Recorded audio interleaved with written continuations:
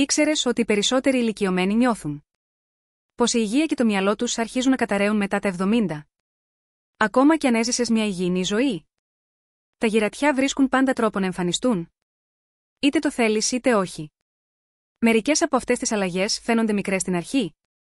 Όμως με τον καιρό μπορούν να διαλύσουν τη δύναμή σου, την αυτοπεποίθησή σου και την άνεση της καθημερινότητάς σου. Αν δεν είσαι προετοιμασμένος. Σε αυτό το βίντεο θα μιλήσουμε για 7 πράγματα που μπορούν σιωπηλά να σε σπάσουν μετά τα 70. Δεν είναι για να σε φοβήσουν, αλλά για να σου ανοίξουν τα μάτια στην πραγματικότητα της γύρανσης, ώστε να τη δεις με σοφία και δύναμη. Κάθε ένα από αυτά τα σημάδια είναι μια υπενθύμηση πως το σώμα και το μυαλό σου χρειάζονται περισσότερη φροντίδα, περισσότερη υπομονή και πιο συνειδητή ζωή από ποτέ. Μείνε μέχρι το τέλος, γιατί κατανοώντας αυτά τα 7 σημάδια, δεν μαθαίνεις απλώς να αναγνωρίζει την παρακμή, αλλά να προστατεύει τον εαυτό σου, να διατηρείς την ανεξαρτησία σου και να συνεχίζεις να ζεις με αξιοπρέπεια. Νούμερο 1. Η πτώση της μυϊκής δύναμης. Ένα από τα πρώτα πράγματα που αρχίζει να σε καταρακώνει μετά τα 70 είναι η αργή αλλά σταθερή απώλεια μυϊκής δύναμης. Μπορεί να παρατηρήσεις ότι οι εργασίες που κάποτε έκανες με ευκολία, όπως να κουβαλήσεις ψώνια, να ανέβεις σκάλες ή να ανοίξεις ένα βάζο, τώρα απαιτούν περισσότερη προσπάθεια. Δεν είναι θέμα τεμπελιάς ή έλλειψης θέλησης. Είναι η φυσική διαδικασία της γύρανσης, γνωστή ως σαρκοπενία, όπου η μυϊκή μάζα μειώνεται σταδιακά με το χρόνο. Το πρόβλημα με τους αδύναμους μύες δεν είναι μόνο ότι δεν μπορείς να σηκώσεις ή να κουβαλήσεις. Επηρεάζει την ισορροπία, τη στάση του σώματος, ακόμα και τον τρόπο που κινείσαι. Οι ηλικιωμένοι με μειωμένη μυϊκή δύναμη διατρέχουν μεγαλύτερο κίνδυνο πτώσεων. Και οι πτώσεις συχνά οδηγούν σε κατάγματα ή νοσηλίες που μπορούν να αλλάξουν ριζικά τη ζωή. Ένα μικρό γλίστριμα στην κουζίνα ή στην αυλή μπορεί να σημαίνει μήνες ανάρρωσης, και μερικές φορές οι άνθρωποι δεν ξαναβρίσκουν ποτέ πλήρως την ανεξαρτησία τους. Πάρε για παράδειγμα τον Ρέιμοντ, 73 ετών, ο οποίος ήταν περήφανος που διατηρούσε τη φυσική του κατάσταση. Για χρόνια περπατούσε κάθε πρωί, αλλά με τον καιρό ένιωσε τα πόδια του να εξασθενούν και το βήμα του να χάνει τη σταθερότητά του. Ένα απόγευμα, ενώ έσκυβε να δέσει τα κορδόνια του, έχασε την ισορροπία του και έπεσε άτσαλα. Ο τραυματισμός δεν ήταν σοβαρός, αλλά ο φόβος που του δημιούργησε τον έκανε να περπατά λιγότερο.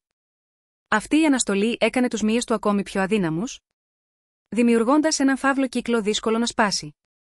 Ψυχολογικά, η απώλεια της δύναμης μπορεί να ροκανίσει την αυτοπεποίθηση.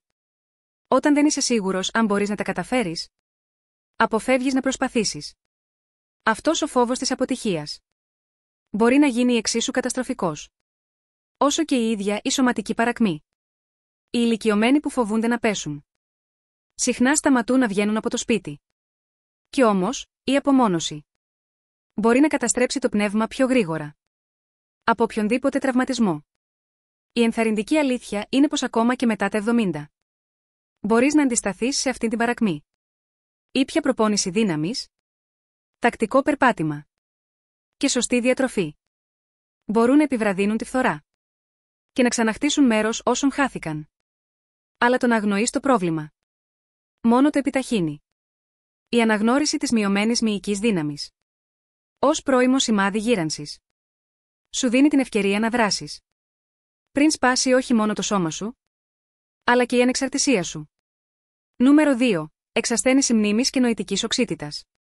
Ένα άλλο πράγμα που μπορεί να αρχίσει να σε σπάει μετά τα 70 είναι η αργή εξασθένηση της μνήμης και της διάβγειας του νου. Μπορεί να παρατηρήσεις ότι ξεχνάς ονόματα που κάποτε θυμώσουν εύκολα, ότι χάνεις αντικείμενα πιο συχνά ή ότι δυσκολεύεσαι να παρακολουθήσεις συνομιλίες όταν μιλούν πολύ ταυτόχρονα. Αν και η περιστασιακή λησμονιά είναι φυσιολογική, οι επαναλαμβανόμενες στιγμές σύγχυσης μπορούν να σε ταράξουν, ιδίως όταν αρχίζεις να αμφιβάλλεις αν είσαι ακόμη ο ίδιος άνθρωπος. Ο ανθρώπινος εγκέφαλος, όπως και κάθε μυς, αλλάζει με την ηλικία. Οι νευρώνες πυροδοτούνται πιο αργά και η ικανότητα απορρόφησης νέων πληροφοριών δεν είναι πια η ίδια. Κάποιοι ηλικιωμένοι το περιγράφουν σαν ομίχλη που κάνει τις καθημερινές αποφάσεις κουραστικές. Ακόμα και απλές δραστηριότητες, όπως το μαγείρεμα ενός γεύματος ή η διαχείριση λογαριασμών, μπορούν να γίνουν υπερβολικά δύσκολες όταν η μνήμη δεν συνεργάζεται. Αυτό το σταδιακό θόλωμα μπορεί να ροκανίσει το αίσθημα ελέγχου. Και όταν ο έλεγχος χάνεται, η αυτοπεποίθηση ακολουθεί. Σκέψου τη Μάργαρετ, 78 ετών, που πάντα είχε οξύ μυαλό και γρήγορη σκέψη. Λάτρευε τα σταυρόλεξα και τις συζητήσεις με τα εγγόνια της για το σχολείο. Όμως άρχισε να συνειδητοποιεί ότι δυσκολευόταν να θυμηθεί λέξεις και μερικές φορές έχανε το νήμα της σκέψης της στη μέση μιας πρότασης. Αυτό που την πλήγωνε περισσότερο δεν ήταν τα ίδια τα λάθη, αλλά η ντροπή όταν οι άλλοι το πρόσεχαν. Άρχισε να μιλά λιγότερο στις οικογενειακές συγκεντρώσεις, φοβούμενη μη κολλήσει ξανά. Η λύπη στα μάτια της έδειχνε πως η αυτοπεποίθηση είχε χάσει. Η εξασθένηση της μνήμης δεν φέρνει μόνο απογοήτευση. Μπορεί να γίνει και επικίνδυνη. Να ξεχάσεις να σβήσεις το μάτι της κουζίνας, να παραλείψεις φάρμακα ή να χάσεις σημαντικά ραντεβού.